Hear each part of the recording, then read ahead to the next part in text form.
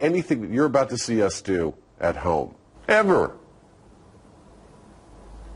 On this episode of Mythbusters, it's a crimes and misdemeanors special.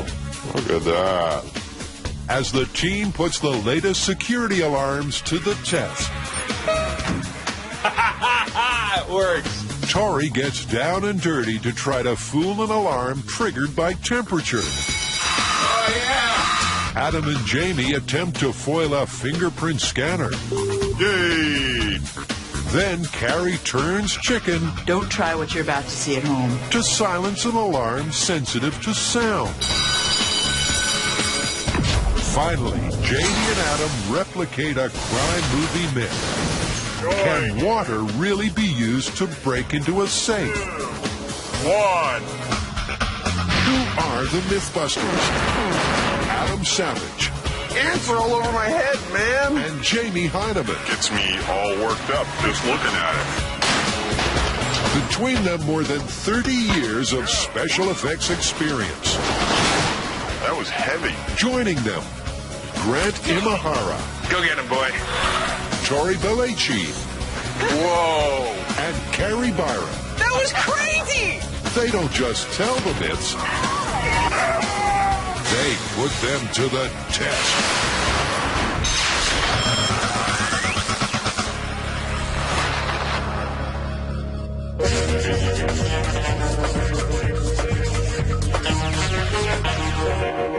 Crimes and misdemeanors? What have we got there? Well, you remember a while back we actually did a whole bunch of myths associated with the crimes perpetrated in movies? Oh, yeah, even I got excited about that one. Yeah, actually, that was one of my favorite myths ever. Mine too. In Great Hollywood Heists, the team constructed a course that had then armed with Hollywood-style security devices.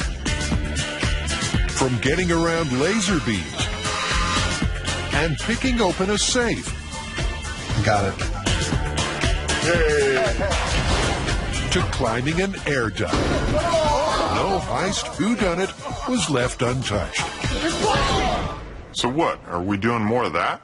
Not exactly. Last time we were testing to see if we could beat some mythical, like movie-style alarm systems. This time we're going to try some real-world alarm systems and see if we can beat those. And those systems are going to be an ultrasonic motion detector, a thermal alarm, and a fingerprint door lock. And we're going to install them in the original assault course.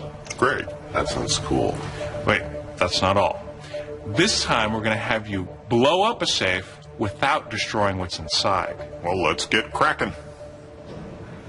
Let's get cracking. Sure. What? So the team has got 3 new alarm systems to overcome before a safe filled with water gets blown apart. But first up, it's time to point the finger at Grant, who's turned locksmith. He's removing the regular door lock and switching it for something much more sophisticated, a fingerprint scanner. Because all of us have different fingerprints, this lock, which scans human thumbprints, can be tailor-made to only open to one person, which for this test is Grant. But fingerprint pattern isn't all it's reading. This fingerprint door lock incorporates a few other things that they call liveness sensing, and these include body temperature, pulse rate, galvanic skin response. All in all, the lock is pulsing with security devices. Here's how it works. So you hit pound, pound.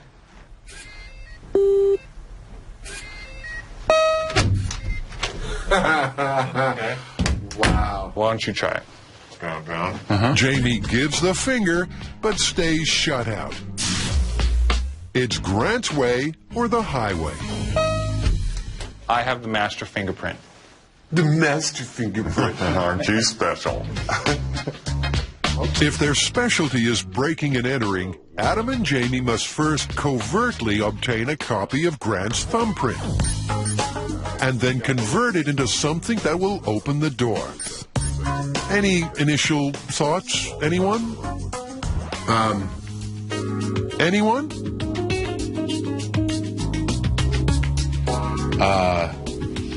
It's not looking promising.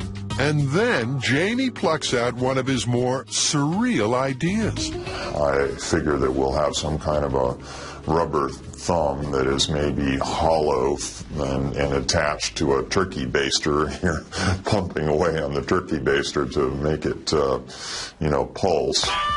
If Jamie thinks this isn't going to be easy, he's talking turkey. Okay, off you go. We've contacted the manufacturer, and there are no reported instances of anyone ever beating this sensor. So the boys are really going to have their work cut out for them. Because it's hardly looking finger-licking good, Adam and Jamie are going to start by hacking into something a little more straightforward. The trick is it's going to ask you to put your thumb on and then take it off probably 8 times. This computer supposedly uses a much more low-tech thumb scanner. So with Jamie's digit entered as the master print, Finger enrollment complete. they're going to practice on this. And the first step is to see if it's even possible to lift someone's fingerprint in the first place. Oh, that looks beautiful. They try the classic dusting technique. That doesn't really look quite photographable, though, does it? We could put it But it only roughly reveals the print. So for a clearer view, Jamie sniffs out another forensic favorite. Well, I'm going to put a thumbprint right here, which I've done. I'm going to put it in this vacuum chamber. I'm going to put a little aluminum foil packet of super glue in there, turn on the vacuum, and hopefully we'll get fumes that will make this visible. The idea is that inside the vacuum, the superglue fumes will settle and stick to the grease on the fingerprint and leave the clean glass untouched. It's right there. I'm not sure that I see it any better than I did before. They then add the powder to the glued print. But will it stick? Oh, look at that. That's really clear. Much clearer than we were getting without the super glue. Yeah. With the print done and dusted, Adam scans it and then prints it out. And everything's ready for the most basic of tests. Scanning. Please wait. Hey, Adam. Yeah. I'm not able to get a clear enough print. Like it's looking too muddy on the print. Their paper print is clear as mud. To beat even the low-tech computer, they'll need to improve their handiwork. Access denied.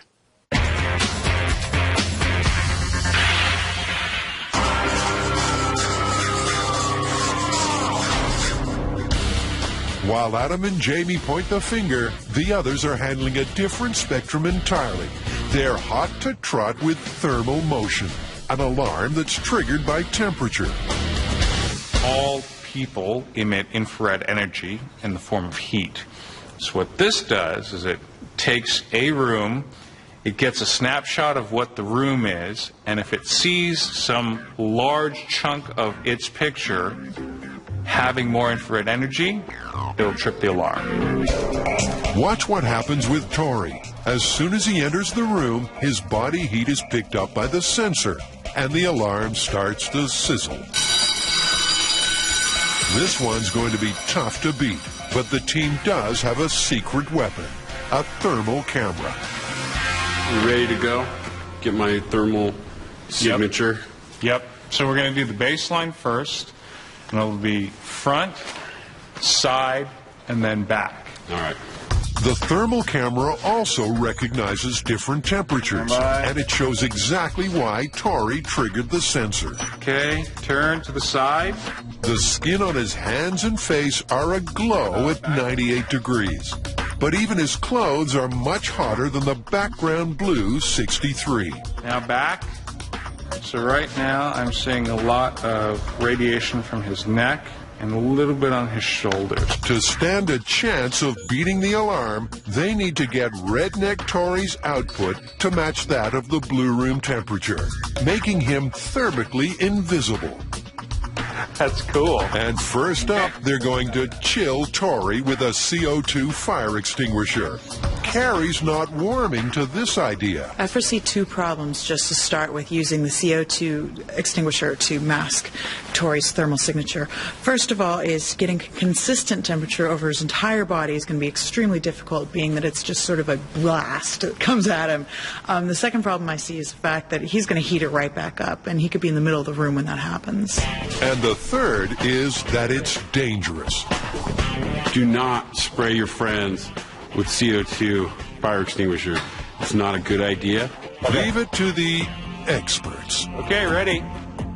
So possible frostbite. Let's do it. Hit him. Carrie gives Tori the cold shoulder as she lets fly with the cooling CO2.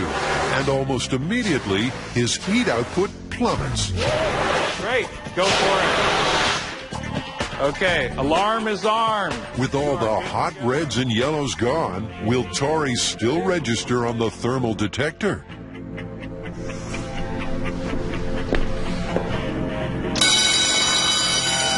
So with this method busted, they need a new plan to come in from the cold.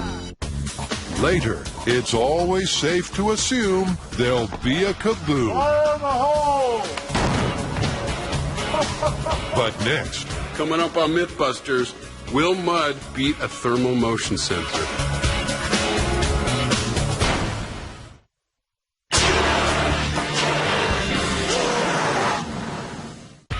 Oh, look at this. it's CSI San Francisco as the Mythbusters try to pick a fingerprint lock. Oh, man.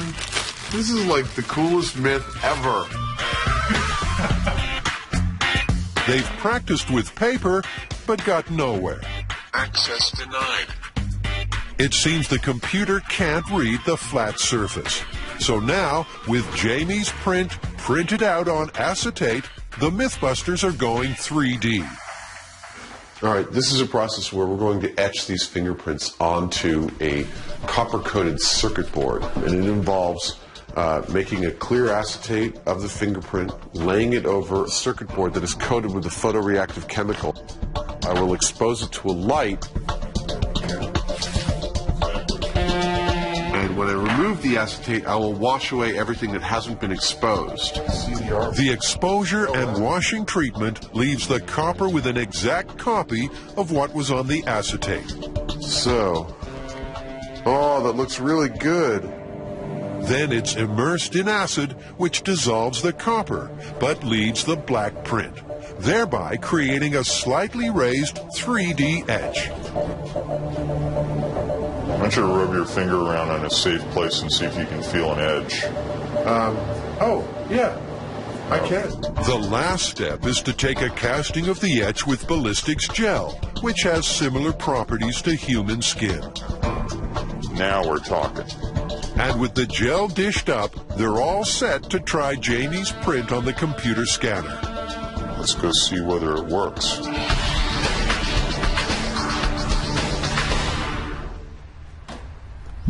Access denied.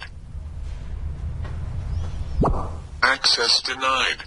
The problem is that the ridges aren't deep enough on this. I'm getting a pattern, but it's just not there. When you put your own thumb on it, you see a bunch of distinct lines. With this thing, we're seeing kind of a blob. The etch simply hasn't created a clear enough print to calm the computer, let alone grant superlock. That's not working, so I guess plan B would be to... While Jamie tries to figure out plan B, Carrie's pulling off the other part of this impossible mission, getting hold of Grant's thumbprint. Grant doesn't think we can covertly get a hold of his fingerprint. He gets really suspicious every time Jamie or Adam comes over here. So I'm going to have him copy a stack of CDs, and hopefully that way we can get a hold of his fingerprint. He's going to come through the store any minute. It's freaking me out. Carrie's turned double agent to try to snare Grant's thumb, and a CD case may be the perfect foil. And bingo, he takes the bait.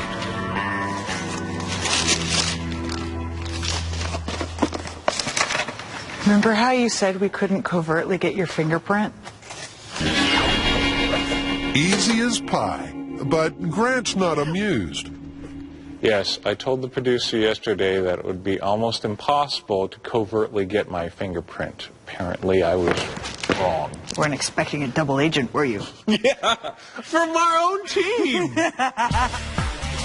With the master print under wraps, Jamie successfully dusts it off, Look at that.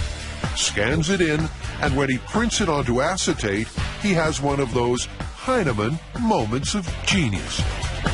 As you can see here, the prints that we were getting are all kind of jaggy looking. It's not real clean lines. So I realized that I can go back in this scale with a marker and clean up these jaggies, and then we can shrink it back down, and we'll retry our etch and see if that works.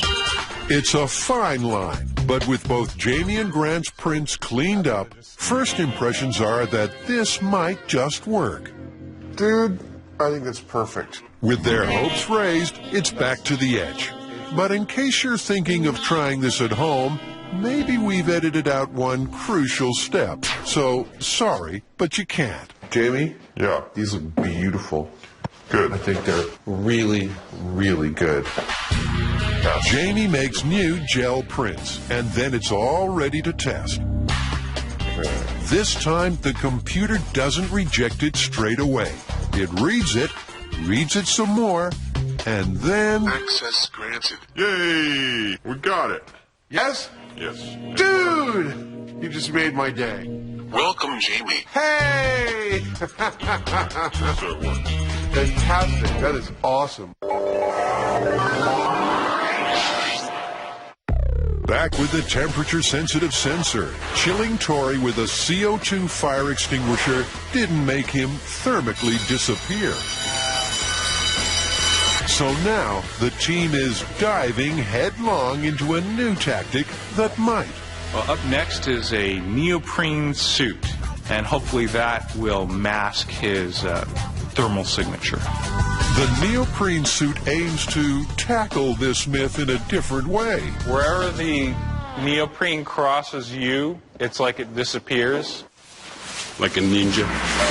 Rather than alter Tori's temperature, the insulating wetsuit should prevent his body heat from escaping, meaning he won't register on this thermal camera or the sensor in the room. Whoa, that works great. Dude, you do look like a ninja. I think this is going to be my new outfit on Mythbusters. Once Tori's covered up all the nooks and crannies, will the wetsuit sink or swim? All right, here I go.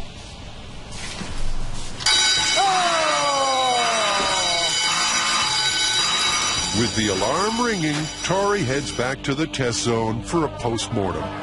When you first started, this suit was totally blue and it blended into the background perfectly. But now I can totally see the outline of it. And the longer I stay in the suit, the more of the heat from my body is going to transfer to the suit. So with the wetsuit sunk, what's next for this hothead? Well, in the M5's flower beds, Carrie and shop assistant Terry are trying to dig up the third possible solution. Well, in choosing methods to fool the thermal motion sensor, we cannot ignore some of the classics, such as one utilized by our great Governor Arnold Schwarzenegger in the first Predator movies, where he slathered himself in mud in order to fool the thermal sensors of the Predator. All right, where did we get this mud? That's what I want to know. It is working. That's working really well. It's working? First impressions are encouraging.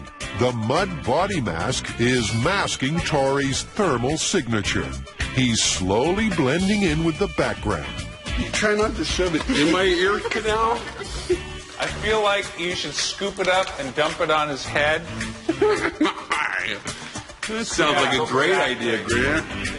They keep plastering him until he's got more dirt than a mud wrestler in a monsoon. I'm going in. Ready? Like that? Yes. Oh, yeah. Well, it's looking like the Predator myth is terminated.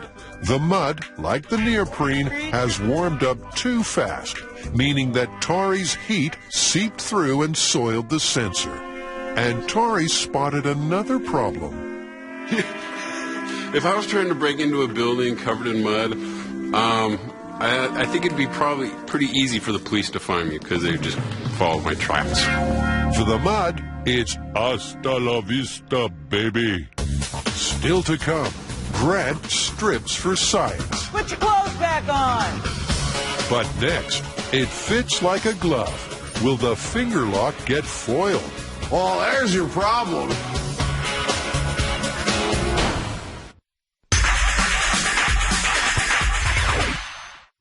Back with the Finger Fiddlers. Adam and Jamie have just tasted success. Using a ballistics gel fingerprint, they beat the computer scanner. Welcome, Jamie. Hey! So it works. So next up, it's Grant's fingerprint lock that has his thumb as the master. And that's not the only difference. Unlike the computer, this scanner doesn't just read the thumbprint pattern, but it also monitors pulse, sweat, temperature, and more. To rise to the challenge, Adam's getting hot under the collar. He's fetched the etch of Grant's covertly obtained print and has made a latex copy that he's going to plant straight onto his warm, sweaty, pulsing thumb. Okay, so you guys ready? Yeah, we've been working on this for days, and I think we have a couple of things that might work. Cool. Okay, well, I'll be here. Monitoring. Okay. Remember, according to the manufacturers, this lock has never been broken. All You right. first. Okay. Here's my patented Imahara thumb.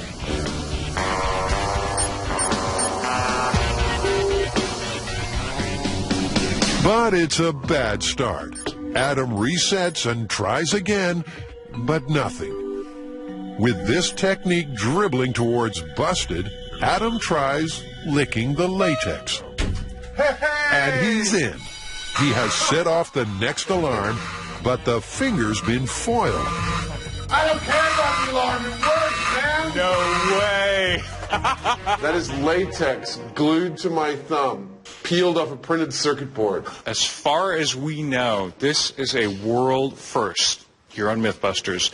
According to the manufacturer, that fingerprint door lock has never been beat. But they're not stopping there.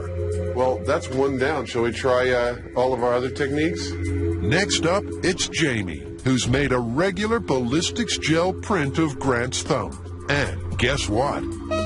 Hey, nicely done. That's 2 for 2. No. At this point, the one we bought for the computer is a lot harder to break than this one. Yeah. Well, I say we move on to the copy paper now. With everything they do working, the team goes for broke by trying the photocopy of Grant's print. No warmth and no pulse, just a licked piece of paper. This is dumb. What is this? Well, there's your problem. Oh, no. Yeah, you know what? The manufacturer states that this is a world's first, that no one's ever beaten this system, but I mean, we just did it with 3 different methods in less than 10 minutes. Actually, Adam, it took over 3 days of working your fingers to the bone. But sure, eventually, you beat it hands down. So the myth that fingerprint locks can't be foiled is busted. Tori got down and dirty to beat a thermal motion alarm. Oh, yeah. It's totally worth it. With a 0 success rate so far, Carrie's had a brainwave.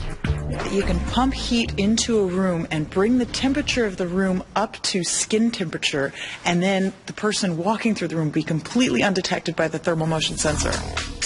Up to now, they've needed to mask the body's thermal signature because humans are hotter than room temperature. Okay, opening the gas. But by increasing that room temperature through the ceiling vent to 98 degrees, Grant should be able to drop right in. But there's a problem. Okay. Well, what's happening inside of the room, and you can see this on the infrared camera, is a huge hot stream just flowing right past it, dumping into the room and setting off the sensor. So for take 2, they bring the heater down to ground level and have it set to low. But they're not the only changes. As a definitive test of this method, there's really only one way to do it, and that is to enter the room commando style. And by commando style, I mean naked. Or close to it. That's right, ladies. It's your lucky day as Grant strips for science. He reckons that while the room will get to human body temperature, his clothing won't. The only way for him to emit exactly 98 degrees, sadly, is to strip to his boxers. All right, Grant. We're at 96 degrees. Grant crawls into position, waits for those extra 2 degrees, and then Yeah, you look good. sets off the alarm. It seems that this sensor is just too sensitive. Even a near-naked Grant can't sneak past. Well, next up is the pane of glass, and the science behind it is that visible light can pass easily through, but infrared is mostly blocked. And since this sensor is looking at infrared energy, it has a very good chance of masking Tori's body heat signature. In theory, the thick glass should finally crack this alarm. That's cool. Blocking That out is the heat. totally blocking your infrared. Hold it in front of your face. Yeah! Wow. Walk towards the camera with it. The glass works like a charm. Everything it covers is thermically invisible.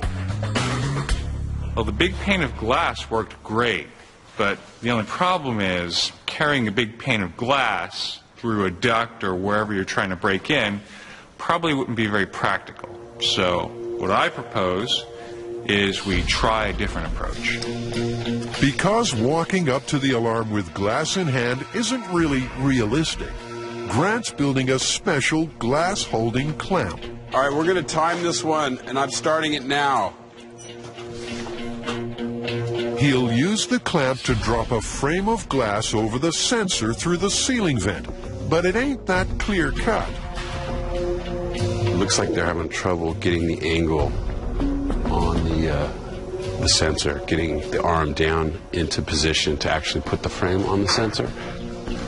With Grant unable to contort to the angle of the dangle, Carrie tries her luck instead. That's looking good. Nice work. Carrie was able to hook the frame over the sensor, and they are now entering the room. And that was under 2 minutes. At last, they're in true heist style. So the myth that thermal motion alarms are unbeatable is busted.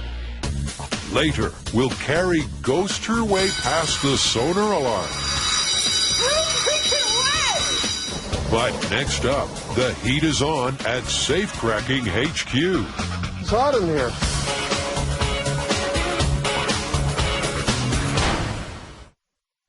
Please, don't try anything that you're about to see us do at home. Ever.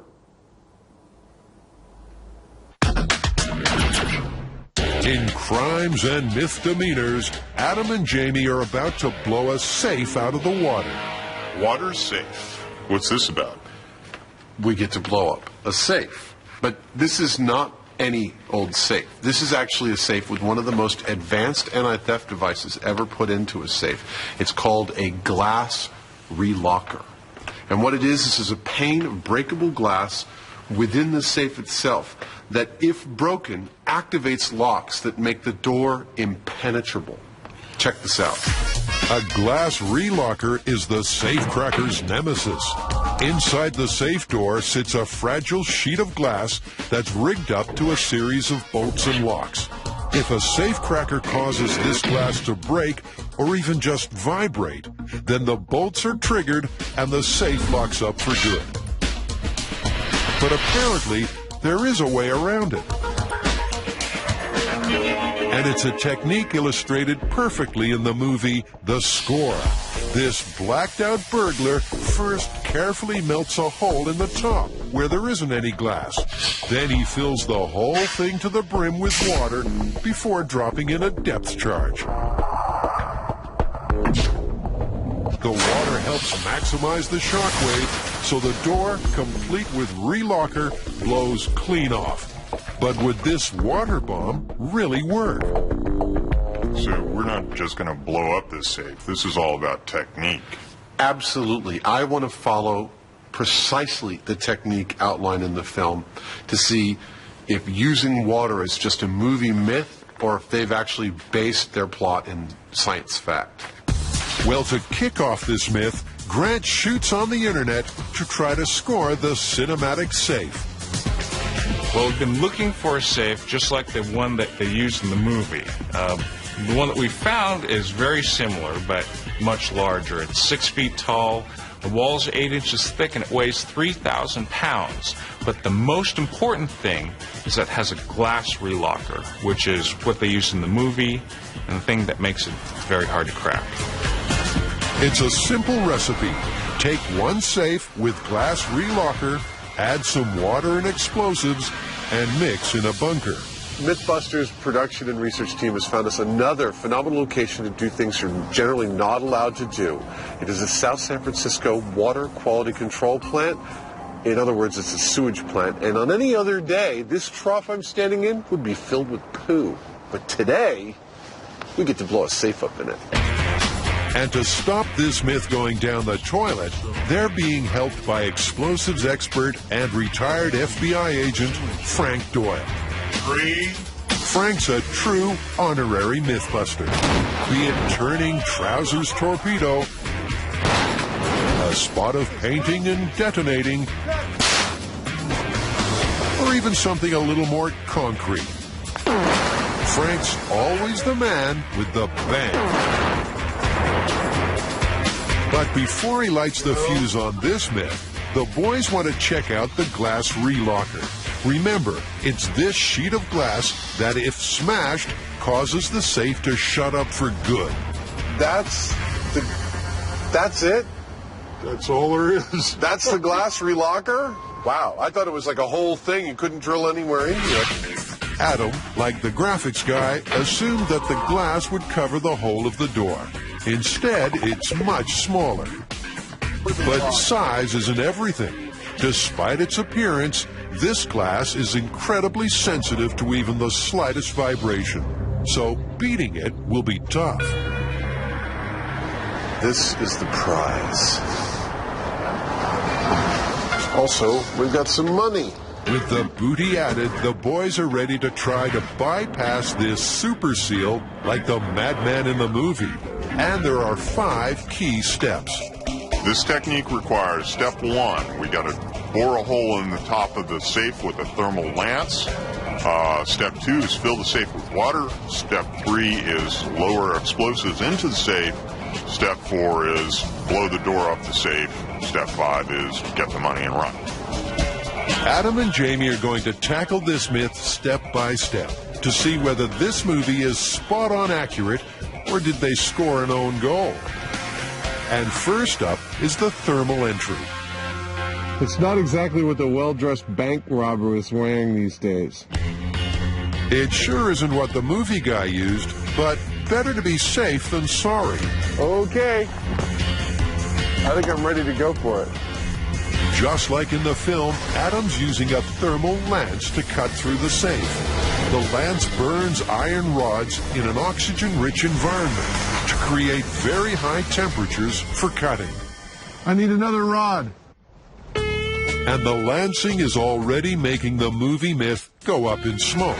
After all, it took that burglar less than 30 seconds to get through the steel. But all up, it's taken Adam 20 times longer. It opens! And that's not the only problem. I sure did run into some problems on step 1, which was burning the hole with a thermic lance. Number 1, I set fire to my shoes. Number 2, I think I used up maybe a dozen or more rods. And then those rods set fire to everything in the safe and covered everything with this like blackened char. I didn't see that in the movie. Adam's scepter is looking more charred than a sausage sizzle in hell. And this movie myth ain't looking much better. On the other side of the break, Save yourself the embarrassment. Don't try what you're about to see at home. Carrie ruffles her feathers at the sonar alarm.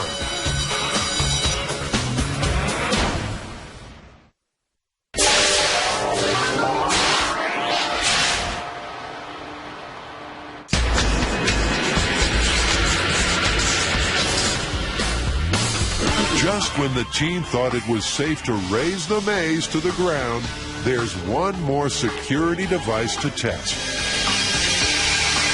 What I'm doing right now is I'm installing the sonic motion detector. This is going to be a tough one to beat. An ultrasonic motion detector? Sounds alarming, but how does this one work? An ultrasonic motion sensor sets out a very high-frequency sound wave, which bounces off all the walls in a room and comes back to a receiver in the sensor to create a pattern. Now, this pattern, it will know as sort of the status quo of the room, and anything that interrupts that will set off the sensor and alarms will go off. So let's get this straight. The detector times how long it takes for a high-frequency sound wave to travel across the room and back. If anything gets in the way of the sound wave, it's reflected back to the sensor faster, and the alarm gets triggered. And the first step in trying to silence the sonar is to get some fabric that can soak up the sound. Well, if you need a sound-absorbing material, I really couldn't think of anything better than maybe a shaggy shag pile carpet. So definitely going to hit up this retro store and see if they have anything like that. Carrie's hoping that a thick rug will absorb the sonar's sound waves and so prevent them from being reflected back. She reckons this might trick the alarm into thinking everything's normal. I don't know if color's going to have anything to do with it, but this is the thickest one I have. The yellow? Yeah, definitely. I'll wrap myself up in this, so I'm going to look like a Muppet. Or Big Bird. Carrie may be about to turn chicken, but it's this guy who gets egg on his face. Whoa! Oh, are you okay? Yeah, I'm fine. Back at the shop, Carrie's going to revamp her rug into a sonic stealth suit. But not everyone's thrilled at the thought. I'm making my sound-absorbing suit out of this rug, which Lulu here has made into her bed, and she's not so happy about. With Lulu out of the way, it's a dog's life for Carrie as she carves up her carpet. But after just a few seconds of time-lapse, her stealth suit is ready to strut. Could you imagine breaking into a building dressed like this? Not really. She may look like a big bird, but will it cause the alarm to go, "Open sesame"? The alarm is active. Save yourself the embarrassment. Don't try what you're about to see at home. It's an alarmingly good start, but then... this chicken's a jailbird. Are you surprised? It looked like you were going to make it. With the suit down for the count, it's time for a new tactic. But this one really seems like a load of old sheet. Carrie, the system is armed and all cameras are rolling. No fancy material, just a regular bed sheet held above her head. Hey, it's working. What the heck? What? What? No way. There's no way that could possibly work. Oh, yes, there is. Holy sheet, it works. There's no way. That was like so goofy looking, I can't believe it worked. Let me do it again. Try it again. Bed sheet entering. Remarkably, this simple sheet is absorbing the sound waves, and that's left the team gobsmacked. Drop the sheet.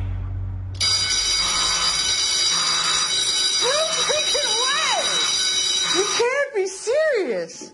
I am serious. I mean, it's just stupid. There's, you know, when you get that list of myths and you're like, come on. This was on the list of, all right, let's just get it over with and fail it so we can move on to something that actually might work. Holding up the bed sheet fooled the sensor, which is kind of mind-blowing. But before putting this alarm to bed, there's one final technique to try. And that's slowing everything right down. She's going in. For the last dance, Carrie is simply trying to waltz through the room as slowly as possible. All right, so she is definitely in the path of the motion sensor. To stop the alarm going off all the time, it has a threshold level of movement needed to trigger it. By moving snail pace slow, it may be possible to sneak under this threshold and go undetected. She's looking good. Yeah, she is looking good. Of course, it's hardly compatible with a fast-paced heist, but after 20 minutes of inching, she's through. You're almost there, Carrie. Just a little more. All right, you're clear. She made it. You're clear. Nice, you Carrie. made it. They finally I am totally and utterly shocked. I can't believe that I could walk slow enough to get past the motion sensor. I thought it was going to go off the second I walked in the room.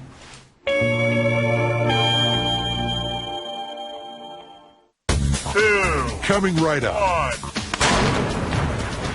The mother of all safes gets blown to smithereens. Look at the door! Wow!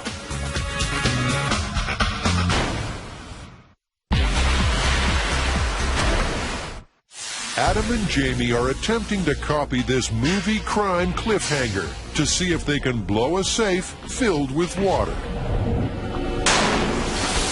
The reason that they use water is because the safe is equipped with what's called a glass relocker. It's a very ingenious anti-safe cracking device. If you try and drill it, there's a pane of glass there.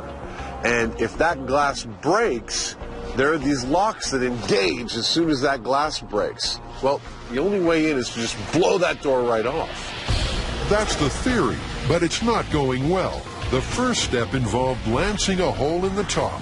And while it didn't trigger the relocker, when Adam inspected the loot, he got more than he bargained for. Yeah, at this point in the myth, we haven't even come close to opening the door, and already the loot, including my prized scepter, is already mostly destroyed. But as ever, on Mythbusters, it's onwards and upwards. Well, next we got to close this thing up and fill the darn thing with water. That's part of the process. We'll see whether the water stays in the safe. It's step 2, the water filling. Go for it. But that has more problems than step 1. What a shocker. With the safe about as watertight as a sieve, Adam and Jamie need to seal her up, something which the movie burglar wasn't obliged to do. If the safe won't hold water, and we need it to hold water for our explosion, and we are safe crackers, then we don't have access to be able to open this door and pour silicone gasket around it. We've got to seal it up from the outside somehow. And the best thing I could think of, both Jamie and I thought about it, was butyl. Jamie used to use it to repair leaks in his boat from the outside underwater. This is awesome stuff, but we're hoping it'll work. In terms of stickiness, the butyl is brutal. And after papering over the cracks, it's time for filling take 2. It's like a babbling brook, really. Oh, Lord, I want this.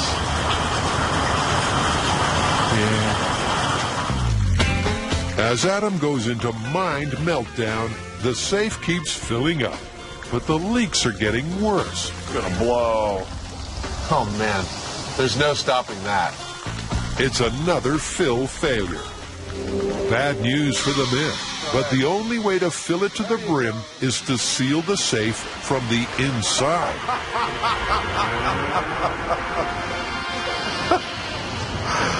This is a fun job sometimes. Of course, this is sailing further away from the movie. Okay, you ready? But the expanding foam should seal the deal. Let's fill. At last, she's retaining water. And while she fills, the team gets to the bottom of what the water actually does.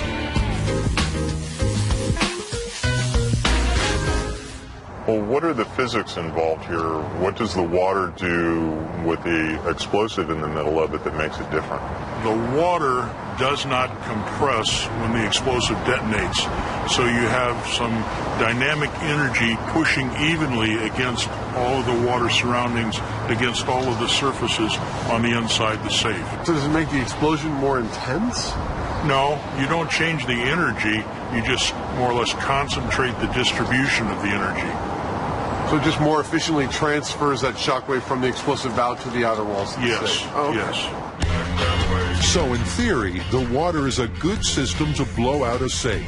But in case the shock wave is more like a tsunami, the blast shields are locked into place.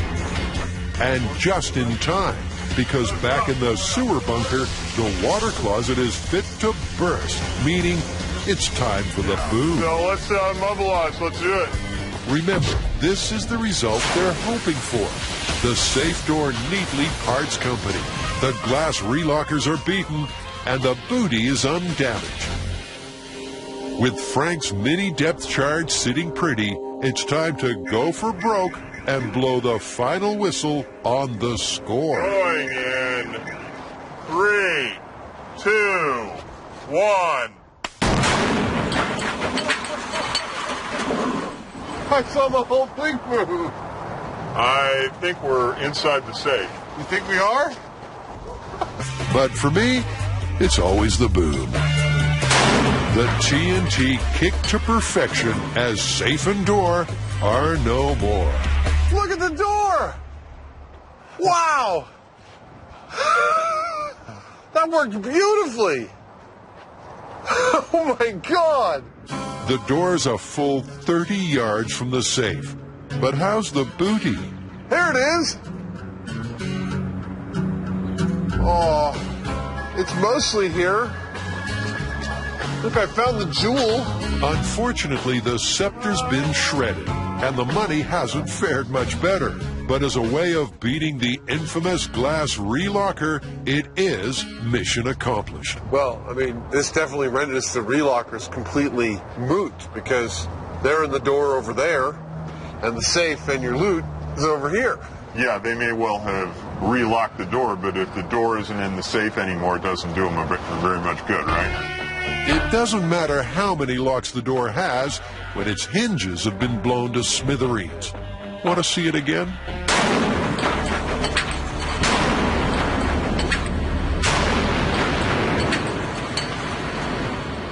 Well, I'd say that technique worked. What do you want to call this one? Well, you know, we found out that the movie technique might be based on a robbery that happened in the 50s on the East Coast of the United States, but we cannot independently confirm that. Well, I'd call that plausible then. I would absolutely call that plausible. It is rife with problems about sealing the safe, but once you do, it is a very effective way of separating the safe from the door. All right. On to the next one.